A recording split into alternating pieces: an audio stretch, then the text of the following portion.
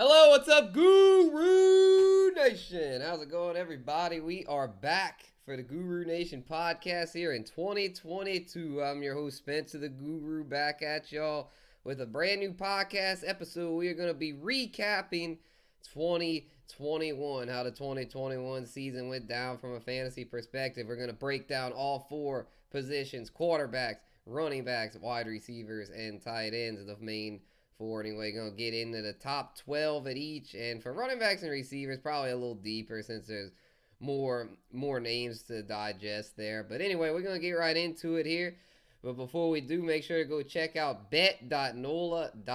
That's right, y'all, bet.nola.com. I've been writing for them this year, been doing a lot of great content over there. We got some great stuff up on the website, a lot of great articles from myself, Jim Derry, Zach Ewing, Jeff Duncan, all kind of big names. We just putting out the content for y'all, getting the people right for fantasy as well as betting, as indicated by the name. We got a lot of betting content out there for those that like to bet, and we have our official sportsbook, Caesars. Y'all go check out Caesars. Use the promo code NOLA1 for those that want to get in on the sports wagering and all that. And then we got DFS. All that's about to pop off. So y'all go head on over to bet.nola.com for all that good stuff. But anyway, for this episode is going to be just about season-long fantasy, recapping how everybody did this season at each position. And we've also got here, we got the scoring leaders pulled up from this year, as well as my preseason fantasy rankings. These are rankings that I did in, last time I touched them was September. So this is how they were. I haven't messed with them since then. These are my last set of season-long rankings here for y'all. So we'll see what kind of breakdown, see what I got right, what I got wrong, and just kind of compare how the preseason rankings ended up compared to the actual top finishers here. Since I know we've got a week left in the regular season, but for fantasy purposes, this is it. I mean, because I know most of y'all don't have a week 18 to deal with. I know a few of y'all do, but the majority don't. So we're gonna just go right ahead and do the season review thing. So let's start it off with the quarterback position, and I gotta say the quarterback position was fairly predictable at the top. They did have a few noteworthy items, like Tom Brady finishing way up high, and then Joe Burrow cracking the top 6 with his insane stretch run there. And of course, Jalen Hurts cracking the top 12. Even a couple guys down here like Kirk Cousins, Carson Wentz finished his QB1s this year. Crazy as that sounds, but they played all the games. Well, Kirk missed the one due to COVID, but I mean they were available and they got it done. Kirk was actually pretty damn solid. I mean, 18.6 average points, not bad at all. Wentz was just more he was available. 15.4, nothing to write home about. But I mean, look below him. I mean, just not a whole lot of good option there. Like Lamar Jackson would have made it, but I mean, he's averaged 20, but got hurt here down the stretch, missed a bunch of games, and just overall a disappointing year for Lamar. But anyway, we'll start with the top here and just kind of digest what we've got here. At the top finishing the overall QB1, Josh Allen, had him as QB2 in the preseason. Only Mahomes had ahead of him. And Josh Allen just really got it done here on the ground and through the air. The only quarterback, we can pull this up, the only quarterback to finish top 5 in both passing and rushing. Well, actually, he didn't quite crack the top 5 in passing yards. But I can tell you all this, when you factor in who were the best passers, and he was near the top in touchdowns too. He had 34. Not quite top 5, but he was a damn good passer. Let's just be real. I mean, a fair amount of picks though, so maybe he's not quite, but he's right there. And then as a rusher though, look at this right up there, 700. Him, Lamar, and Jalen Hurts. Nobody else even close. 6 rushing tutties. I mean, just over 100 carries, and even his pass attempts. Look at his compared to them though. Look, Jalen Hurts, Lamar. The attempts, not even close. Josh Allen, 601 pass attempts. I mean, he's got the passing volume as well as the rushing volume, so it makes sense that he'd finish as the top overall QB, as well as the top one in average points. He's definitely the number one there to him, and Herbert finished right behind him in both points and average. But anyway, Josh Allen just really killing it this year. from start to finish. Had a couple off weeks, but just for the most part, very consistent, very strong. Wish I had more shares. I had him in a couple leagues, but this is the guy that really helped me out. Brought me a championship. Justin Herbert had a lot of shares of his. And I mean, he really just got it done too. I mean, he's a little more of a passer than Allen. Not as much of a runner though, but still chipped in 301 yards and three rushing tutties. I mean, it's not bad. And I mean, his average wasn't bad either. I mean, he's number two among quarterbacks. It's really good.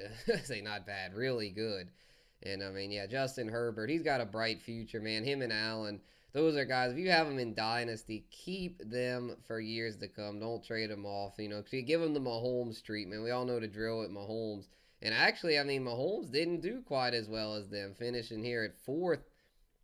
I mean, he did solid, but not quite as well as Allen or Herbert. I mean, he chipped in some on the ground, but I mean, he just wasn't quite up there with him. He was close though. I mean, they were all really close. He had that little stretch where he didn't do so well. I always remember this little stretch he had where I was like, man, is Mahomes okay? Where he just really seemed to struggle. If I can pull it up here. Yeah, look, y'all check this out. Look at this 7, 14, 10, and he had a big week. Then 7, 12. I mean, he really struggled in this stretch right here.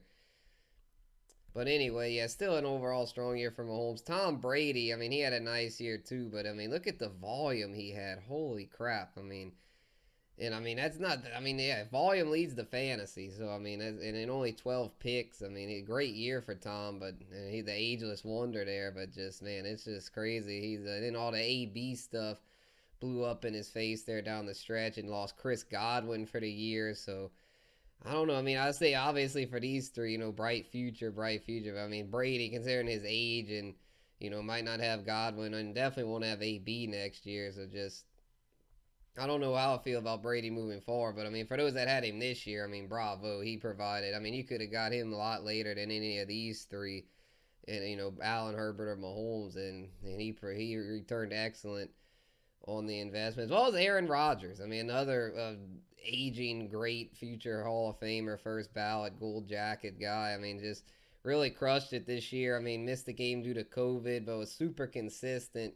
Look at this crisp 35-4 touchdowns to interceptions ratio. Even with that game, this finish as the QB5, and in terms of average was the QB4, slightly ahead of Mahomes. So yeah, I mean, he just, wow, just he's probably on his way to his second MVP award, especially now that that goofball rider came out and said he wasn't voting for him. So now I'm pretty sure that's going to force the rest of the riders to vote for him, because it's like if you don't, they're gonna say, oh, witch hunt or whatever. But anyway, I mean, MVP, that's just, I don't know. I don't know why Rogers worries about that stuff. He could tell he was really butthurt at that reporter.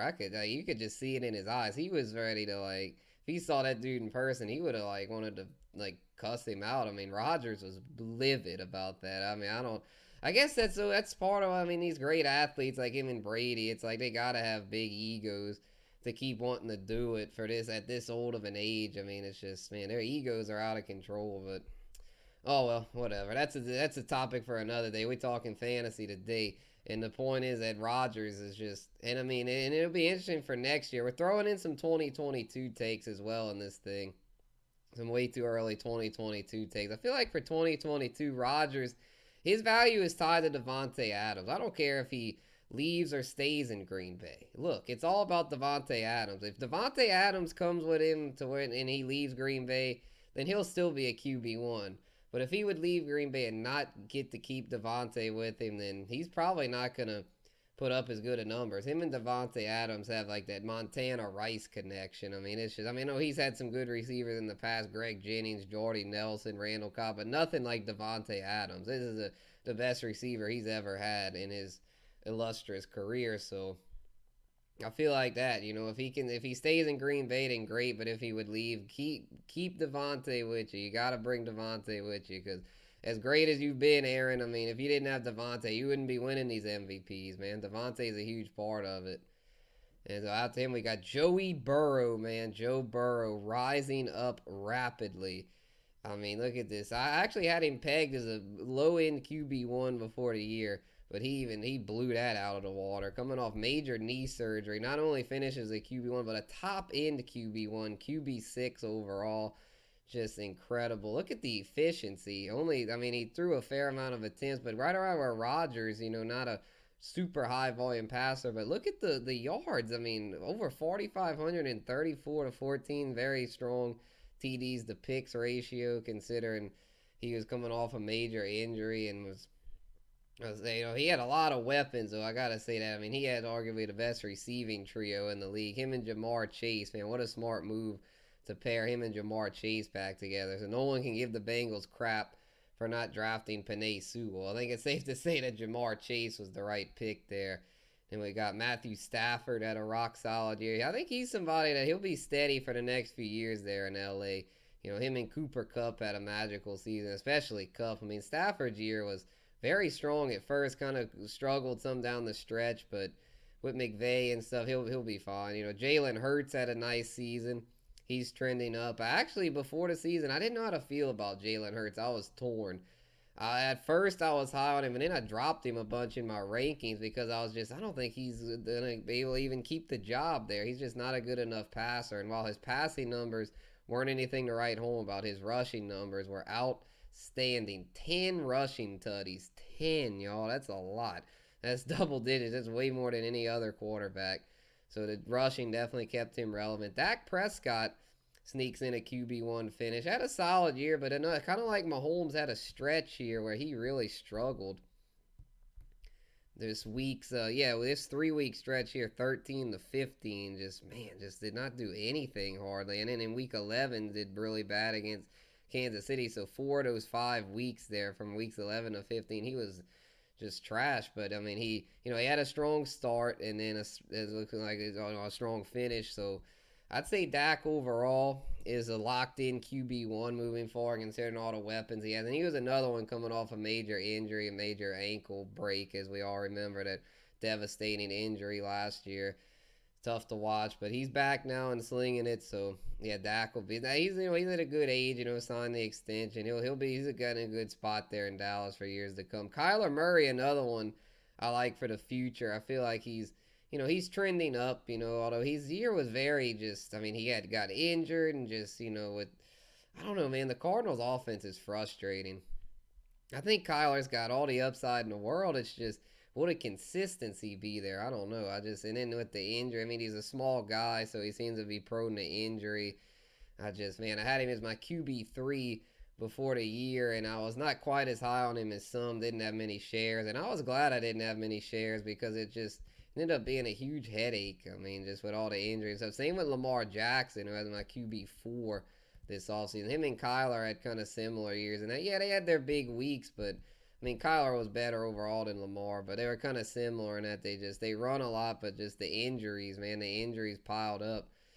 And yeah, it was just kind of annoying, but we'll see where they go next year. Maybe we could get them at discounted prices in drafts. We'll just have to see. Excuse me. Just have to see what happens there. And then anyway, we got Kirk Cousins and Carson Wentz, guys that I didn't even have anywhere close to being QB1s. Kirk Cousins down here at 20, and then Carson Wentz, it looked like before the season, I have a little Q by him because we thought he might miss a lot of games with an injury there, but he came back and stayed healthy all year and had a decent year there.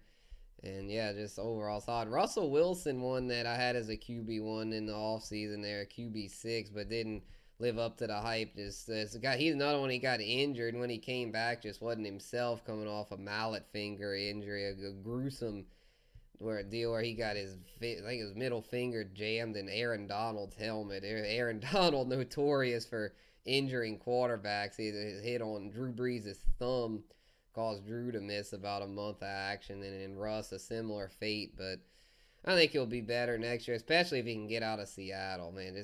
Hopefully he can get out of there, because that's a sinking ship. Pooh, yeah. I know he had a good week 17, but prior to that, man, Russ was just really struggling. Really struggled prior to this. I mean, just no week over 20 other than he got off to a hot start, but then he got hurt in his Rams game and just not the same. Some other noteworthy names: Mac Jones, had a nice rookie year, the best among the rookie quarterbacks. Nothing spectacular, but rock solid in Bill Belichick's system. Big Ben likely on his way out after this year, and yeah, I mean he had a lot of pass attempts, very few yards and tutties, so it's safe to say he's got to go. Baker Mayfield, huge disappointment. Trevor Lawrence as well. My gosh, Trevor Lawrence. I was high on Trevor, man. I had him pegged way too high, though. I thought he was going to have a nice rookie year. And the thing was, the volume was there. 570 pass attempts. He's like, well, he's got the volume. He's going to put up numbers, right? Hell no. He did horrendous. And I got to say, props to Jameis Winston, man. Props to Jameis for what he did before he got hurt. 14-3 touchdown to picks ratio. Everyone complains, oh, he throws too many picks. Well, look at this. Look at this, what he was on pace for. That's like, I mean, the only one I can think better, Aaron Rodgers. I mean, hell, Jameis was on a roll. And Taysom Hill, a nice fantasy play when he plays. Just another one, though, he runs so much, very injury prone. So I think the Saints for next year would bring Jameis back. We'll just have to wait and see on that. Tyler Huntley, man, when he filling in for Lamar, he was strong. And then Davis Mills, man, he had a pretty solid run there down the stretch as a rookie. And Zach Wilson showed a little improvement. Sam Darnold and Danny Dimes and Tua Goff. Yeah, these guys, they're going to be lucky if they even have jobs next year. And then Matt Ryan, yikes. Taylor Heineke's, Garoppolo. Yeah, a lot of mediocre to bad quarterback play in the league. We're gonna have to step that up if those guys want to keep jobs. Another one that struggled, man, Ryan Tannehill. Ryan Tannehill had pegged as a QB1 this offseason, thinking with the addition of Julio, but the weapons, didn't have many weapons, and just struggled, especially when Henry went down. I thought maybe he'd do better when Derrick Henry went down, thinking maybe he'd have to throw more, but it didn't really materialize. And then Derek Carr, almost a QB1, but just didn't have the tutties. Had a good amount of yards, but the Raiders are a mess. But they win. Them and the Titans, I've got to say, they're a mess, but they win. They're better, a lot better for real life than fantasy. Alrighty, let's move on to the running back position, led by Jonathan Taylor. JT led the way by a wide margin, followed by Austin Eckler, Najee Harris, Joe Mixon, Leonard Fournette, Ezekiel Elliott, Corduroy the Pimp, baby, Cordero Patterson, as we like to call him on the Real Fantasy Playmakers. Big shout out to Bogart Scott Free of the GMM Network for hosting that, having me on a lot of weeks throughout the year. Then we got James Conner, Aaron Jones, Alvin Kamara, Nick Chubb, and Antonio Gibson to round out the top 12 as far as our RB1s for 2021. And I got a lot of these right. As far as I was doing the math here, and I believe I got 8 of the 12 right as far as my rankings. I had Chubb, Kamara, Aaron Jones. Gibson, Chubb, Kamara, Aaron Jones, Zeke, Harris, Eckler, and Taylor. So I was fairly accurate on that, but the order I had them in was way off. Because, Taylor, Eckler, and Najee, I had his back-end RB1s, and they all were obviously high-end RB1s. Just hard to predict. With CMC getting hurt, Kamara and Cook were banged up a lot here, and then Derrick Henry's injury was just devastating. Henry still with that was still finished as like a RB2. For our RB2, they had Josh Jacobs, Dalvin Cook, Javonte, DeAndre Swift, Derrick Henry, Damian Harris, Darrell Williams, David Montgomery, Melvin Gordon, A.J. Dillon, James Robinson, and Devin Singletary. Wow, I'm surprised that A.J. Dillon was able to sneak in an RB2 finish this year. Same with Devin Singletary. Both had nice stretch runs. We looked down. Darrell Henderson was on pace for a nice year, but he got hurt down the stretch. Elijah Mitchell, his average, very strong. Big ups to the rookie from down here in South Louisiana. He killed it, man, as a rookie. Just as a runner especially. Didn't catch a whole lot, but as a runner, he was exceptional. Really took over that 49ers backfield. Michael Carter also had a fairly nice rookie year. Saquon, a huge disappointment here. Just couldn't ever get right, man. He had started off okay. Saquon, man, just so frustrating. He had this 2-game stretch here in weeks 3 and 4 where, all right, he's coming on. And then he got hurt here and then just missed a bunch of games and just hadn't been the same since he's come back. Finally had a 100-yard rushing outing, but no catches. Just yeah, that Giants offense, just a total disarray. So he's somebody you could probably get at a discount next year. Same with CMC, because everybody's gonna be so mad with CMC because he didn't he burned us twice, 2 years in a row where he missed a bunch of time. I mean, just only played in 7 games, and 2 of those 7 he got hurt in the middle of the game. So really only 5 full games, and in those 5, those double-digit points every time. I mean, he still got it. It's not that his ability is gone. It's just his ability to stay healthy, not his ability to put up numbers. So yeah, just a tough deal there all around. But anyway, yeah, our top finishers. I mean, JT just strong from start to finish. Same with Eckler, other than the week he had COVID, which screwed me in a couple semifinal matchups. But that's just the way it goes, unfortunately. Still big ups to Eckler, great year. Then Najee, man, is a rookie, just absolutely killed it. And Joe Mixon, man, Joe Mixon, somebody I thought was like, I didn't borderline, not quite a RB1, but he just freaking crushed it this year, man. That whole Bengals offense was great. So big ups to Mixon. And Leonard Fournette, a very surprising top 5 year for him. He even missed the last couple weeks and still managed that. The secret though was the receptions, man. They targeted him heavily in the pass game, especially when Giovanni Bernard went down in the second half. I would not expect Lenny to repeat this kind of year. These top 4 though, I would feel really good about all of them in Dynasty. Fournette though, at the uncertainty in Tampa Bay, I would not.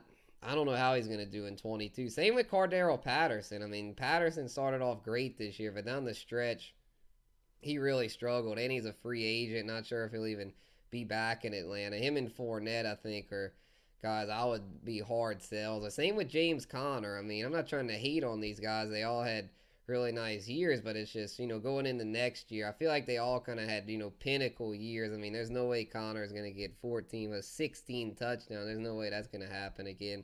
And he's another one I think that was just on a 1-year deal. If he gets offered, let's just say some crappy team throws a bag at him, I don't know, like Seattle or something. Seattle needs a running back. Let's say they throw a bag at Connor, and I'm not going to take him because, I mean, he's not going to get nearly that many touchdowns running on that crappy offense. And then we've got Aaron Jones, Kamara, Nick Chubb, and Gibson. These are all guys that I like Gibson a lot heading into next year because, I mean, he got a lot of carries, and he was playing hurt this year while still managing to play all the games. So big ups to Gibson. He showed a lot of heart, a lot of toughness this year, and he can catch. I mean, he's somebody that's got a very bright future.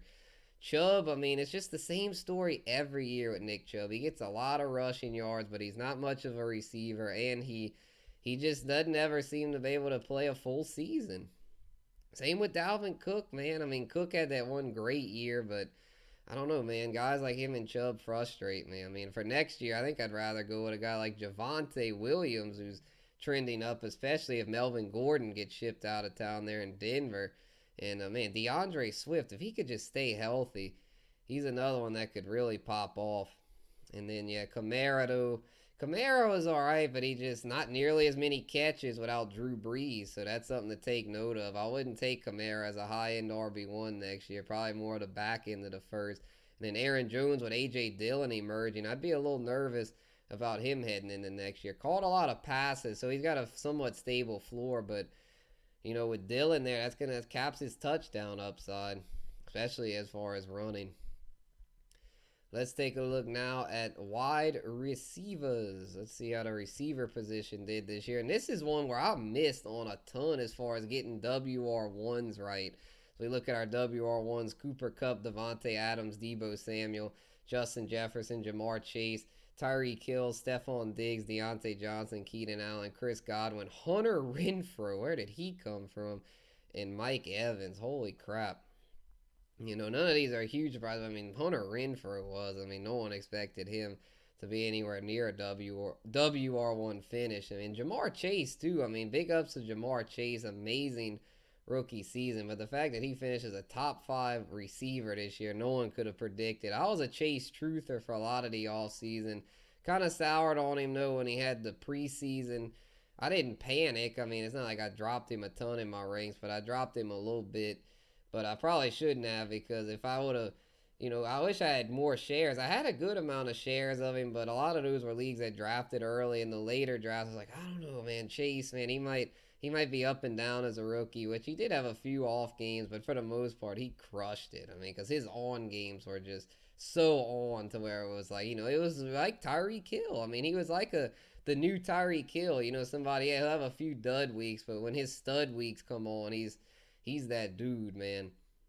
And he actually outdid Tyreek Hill slightly this year. Very close battle. It's kind of crazy to see, them and the Chiefs go at it this past week.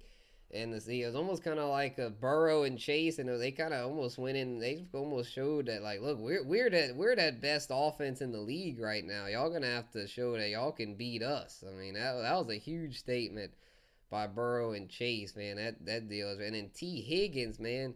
T Higgins is really trending up as well. I mean, he missed a few games, so he didn't finish as a WR1. But I mean, shoot, as we look at WR2s, DK Metcalf, Jalen Waddle, CD Lamb, Brandon Cooks, Marquise Brown, DJ Moore, Mike Williams, T Higgins, Michael Pittman, Tyler Lockett, Christian Kirk, and Amon-Ra St. Brown. His strong finish netted him a WR2 year. But yeah, T Higgins, though, another big time producer there in Cincy.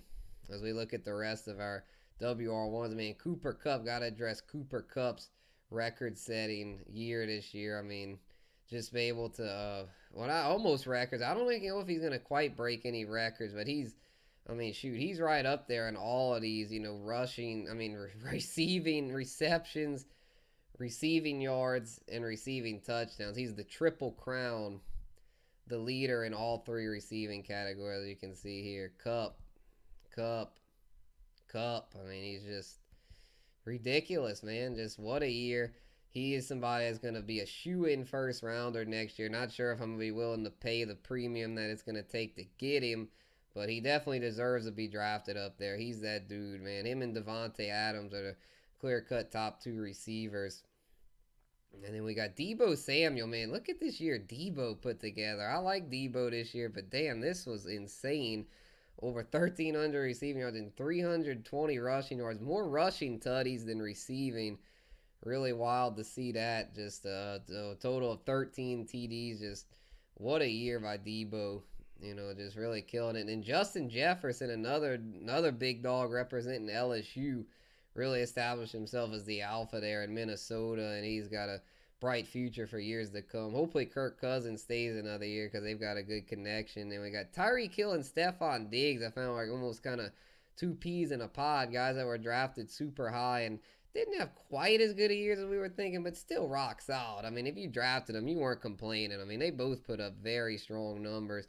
Not quite as good as last year again, but I mean, I had them pegged 2 and 3, but I mean, they were solid, man. You can't say they were bust. I mean, they were rock solid. But anyway, as we look at bust, speaking of bust, look at this duo we've got here. Calvin Ridley and DeAndre Hopkins were consensus top 5 receivers heading into this year, and both were just swings and misses, man. Ridley's was just a very mysterious situation. Checked out basically after 5 or 6 weeks due to mental health concerns and never came back. Hope he's doing okay. That's all never something to make light or joke about. It's a serious thing, but it's just what the hell happened? Like, it's just crazy.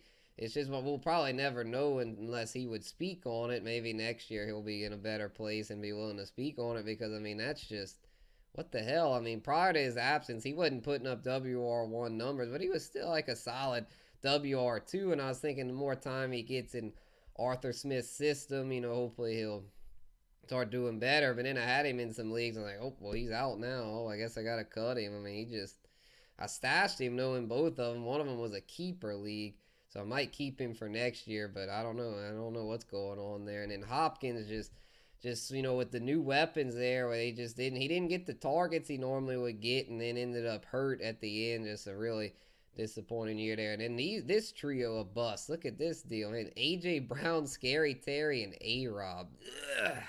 All three absolutely busted. I mean, AJ Brown's due to injury. Terry was due to a poor system.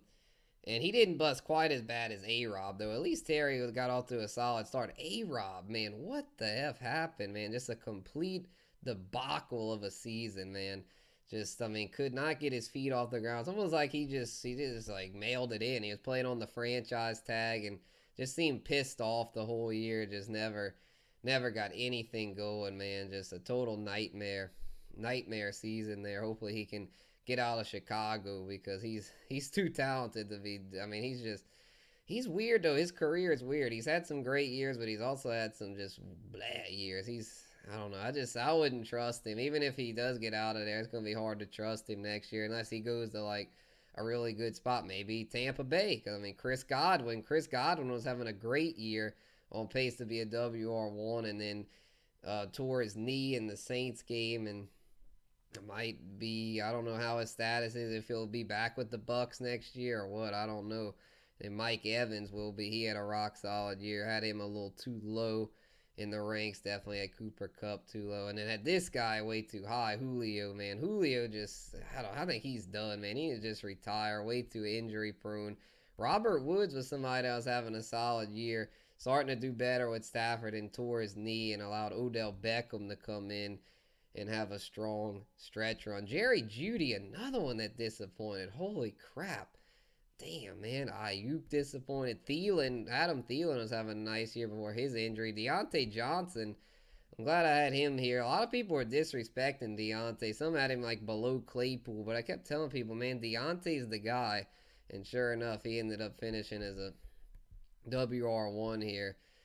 And then Keenan Allen, rock solid. Yeah, so, I mean, the receiver position, Jalen Waddle, nice year. The receiver position was productive, but the thing is, though, guess what? Only 1, 2, 3, 4, 5. I only got 5 of the WR1s right. So it just goes to show that while the receiver position, it's better than the running back position. It's more safe. It's really not. I mean, because you've got guys. I mean, look at all the guys that busted. I mean, we talk about the running back bust, which, I mean, it was more bust at the top. The top of the receivers, top 3 were all steady. But look at this Ridley bust, Hopkins bust.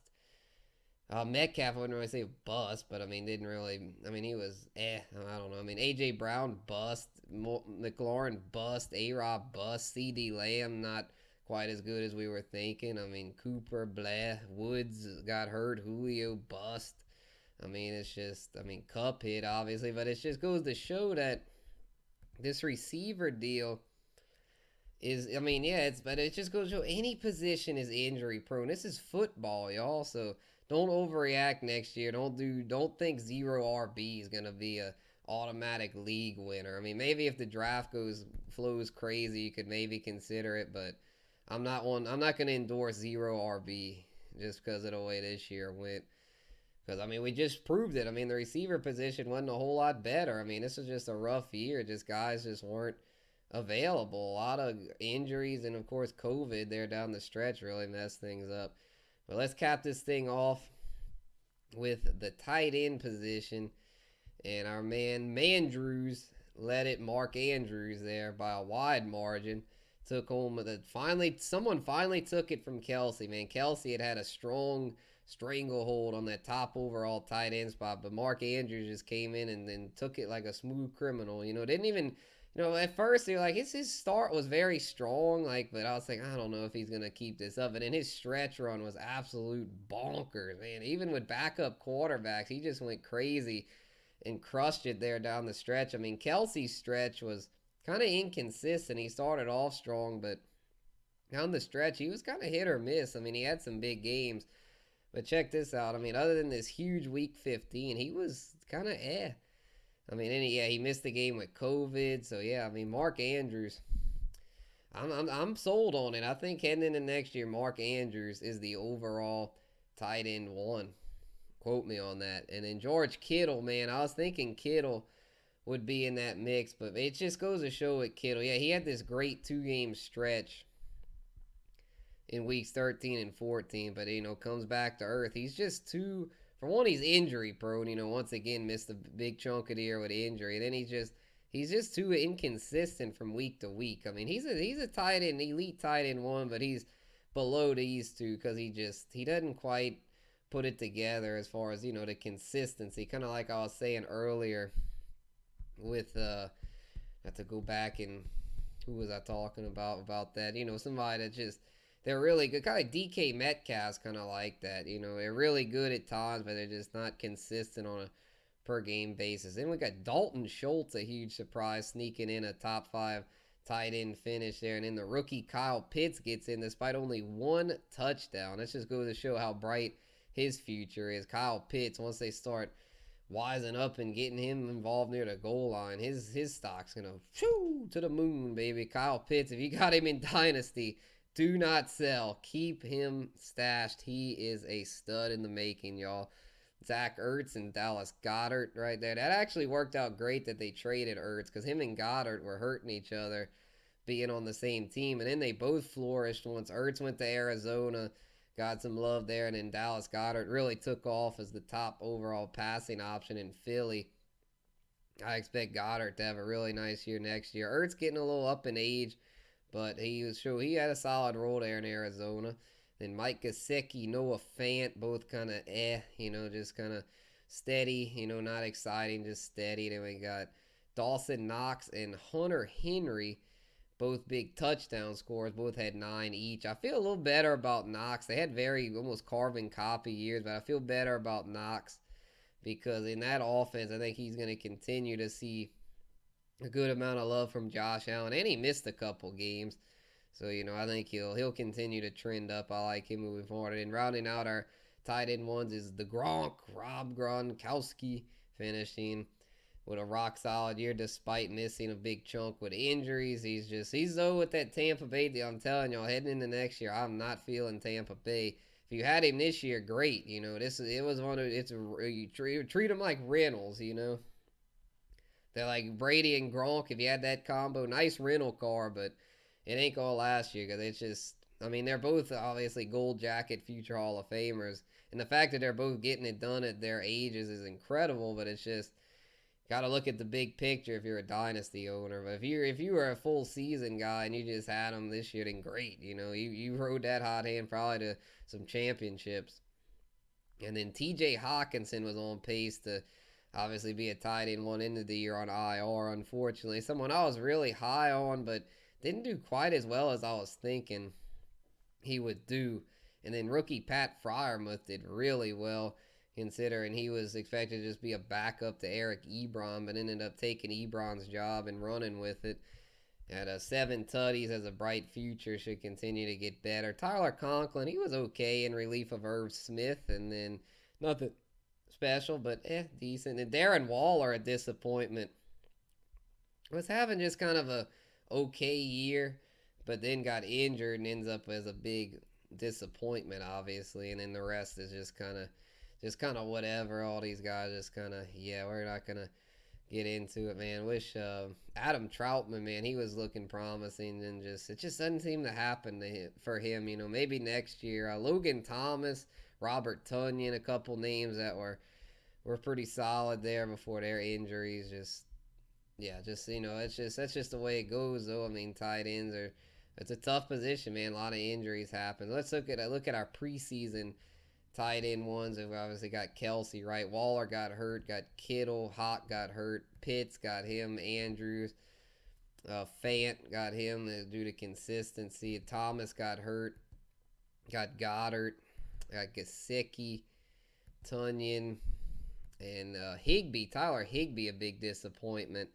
He just never really could get much going with Matthew Stafford. Just very much a third, fourth option, not a high volume guy, not a good fantasy option. So we got 7 of the 12 right, not bad, but man, it just goes to show, man, this tight end position, it actually wasn't too bad. We had a lot of guys break out, like Schultz, Knox, Pitts, the rookie, did well, Freiermuth. They got some guys that I like heading into next year. Next year, the tight end crop looks a little more promising than usual.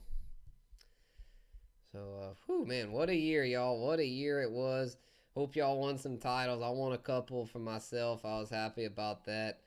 And, these rankings, I feel like it did pretty good. Hopefully next year we can do better. Always strive for improvement. Hopefully we'll continue to get better and not as much COVID. Yikes, that was Man, for all y'all that got through this year, big ups to y'all, man. It was a really tough fantasy football season to deal with, but we made it.